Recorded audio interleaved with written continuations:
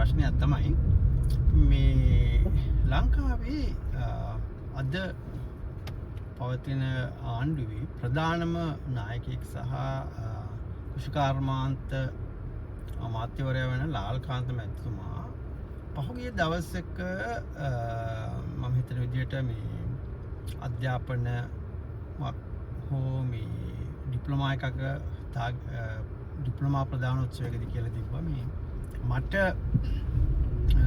එහෙම උපාධියක් විශ්වවිද්‍යාලයෙන් ලබාගත් උපාධියක් නැහැ. මම සමත්ලා තියෙන්නේ සාමාන්‍ය පෙළ දක්වා සාමාන්‍ය පෙළ පමණයි. නමුත් මට වැඩ කිරීමට එක බාධාවක් වුණේ නැහැ කියන.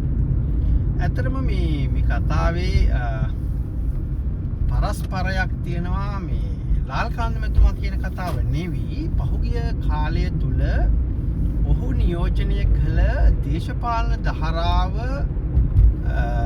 අනිකුත් දේශපාලන පක්ෂවලට සහ ඒ දේශපාලන ධාරාවන් නියෝජනය කළ පිරිස්වලට එල්ල කළ ප්‍රධානම විවේචනය වුණේ ඔවුන්ගේ මේ ෆෝමල් ෆෝමල් එඩියුකේෂන් එක. එහෙම නැත්නම් අර උපාධියක් නැහැ, ඔවුන් සාමාන්‍ය පෙළ සමත් නැහැ වගේ අර දරුණු විවේචනයක් කළා කොටින්ම කනං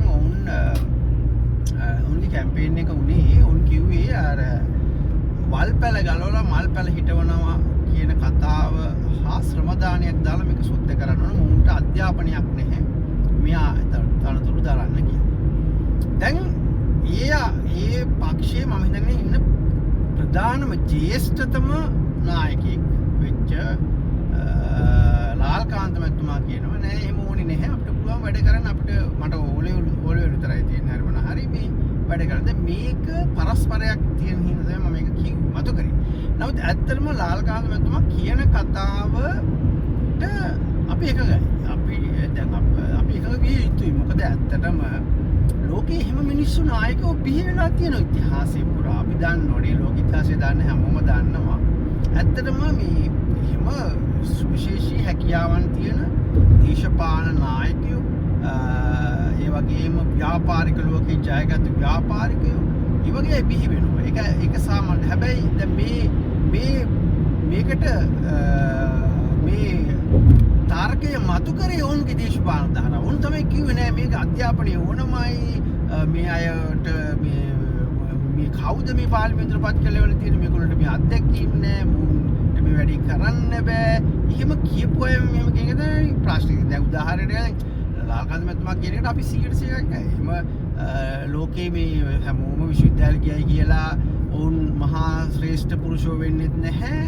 මේ විශ්වවිද්‍යාලවල මේ ඉගෙන ගත්තයි කියලා මහා බුද්ධිමත් වෙන්නෙත් නැහැ.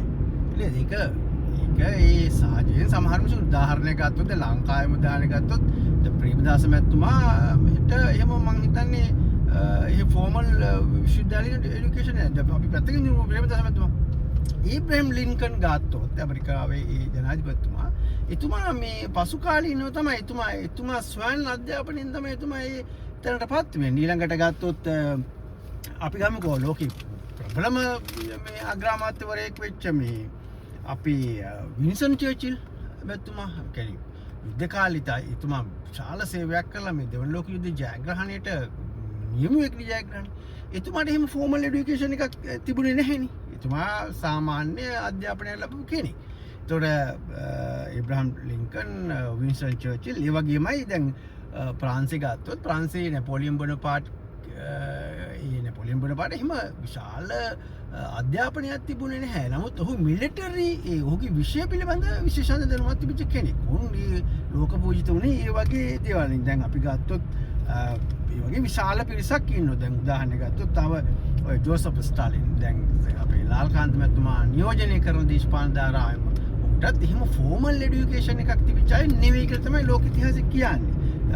චයිනාවල සීපින් කියන ජනාධිපතිතුමා වුණත් එමෙ උන් පසුව තමයි ඒ අධ්‍යාපනය ලැබලා ඒ තනතුරු ලැබලා උන් හරියට ලාල්කාන්ත මැතිතුමා කියන එකම තමයි. උන්නේ වැඩේ හරියට කරලා තියෙන උදාහරණ දැන් ඇන්ඩ්‍රූ ජැක්සන් උනත් ඇමරිකන් ජනාධිපතිතුමා ඇන්ඩ්‍රූ ජැක්සන් උනත් ඔහුටත් එහෙම. දැන් ලෝකෙ දැන් අපි මහත්මා ගාන්ධි නීතිඥයෙක් විදිහට අපි මේක කරාට ඔහුගේ අර ෆෝමල් මුල් කාලීන අධ්‍යාපනයක් එහෙම තිබුණයි කියලා කියන්නේ නැහැ. මේ නිසා මේක එහෙම කියන්නේ දැන් මේ දේශපාලන ලෝකෙ අපි ගත්තොත් දැන් ඔය අපේ ලෝකයේ අද විශාලම සෝෂල් මීඩියා වල ප්‍රබලම දේ නිර්මාණය කරපු මාක් සකර්බර්ග් උට විශ්වවිද්‍යාල අධ්‍යාපනයක් නෑ. ඔහු ඩ්‍රොප් ඔෆ් වෙලා තියෙනවා. ඊළඟට බිල් ගේට්ස් ගත්තොත් ලෝකේ තියෙන දැවැන්තම කම්පියුටර් සමාගම හදපු කෙනා. ඊළඟට ඔහු ඩ්‍රොප් ඔෆ් වෙලා තියෙනවා. එතකොට අපි ගත්තොත් මහා බ්‍රිතාන්‍යයේ රිචඩ් බ්‍රැන්සන් හරිද? ඉතින් එතුමා එහෙමයි නේද? ඔහු විශාල ව්‍යාපාරිකයෙක්. ඔහු අර වර්ජින් ගෲප් කියන එක හදපු කෙනා. ඊළඟට ඔය වගේ ගොඩක් අය ඉන්නවා. දැන් උදාහරණයක් ගත්තොත් මැක්ඩොනල්ඩ් එක නිර්මාණය කරපු කෙනා. ඔහුත් මේ එහෙම ලොකු අධ්‍යාපනයක් තිබුණේ. හැබැයි අද බලනකොට මැක්ඩොනල්ඩ් එක ලෝකේ පුරාම තියෙනවනේ නේද? එහෙමනම් මේ වගේ විශාල පිරිසක් අපිට කියන්න පුළුවන්. මම හිතනවා මම හිතන් ඉන්නවා මේ වගේ එක එක්කෙනා ගැන පොඩි වීඩියෝ ටිකක් කරන්න. මොකද මේක ඇත්තටම මට මේක මලාල්කන්ද මහත්මයා කිව්වහම මට හිතුණා මේක ඇත්තටම වැදගත් කාරණයක්.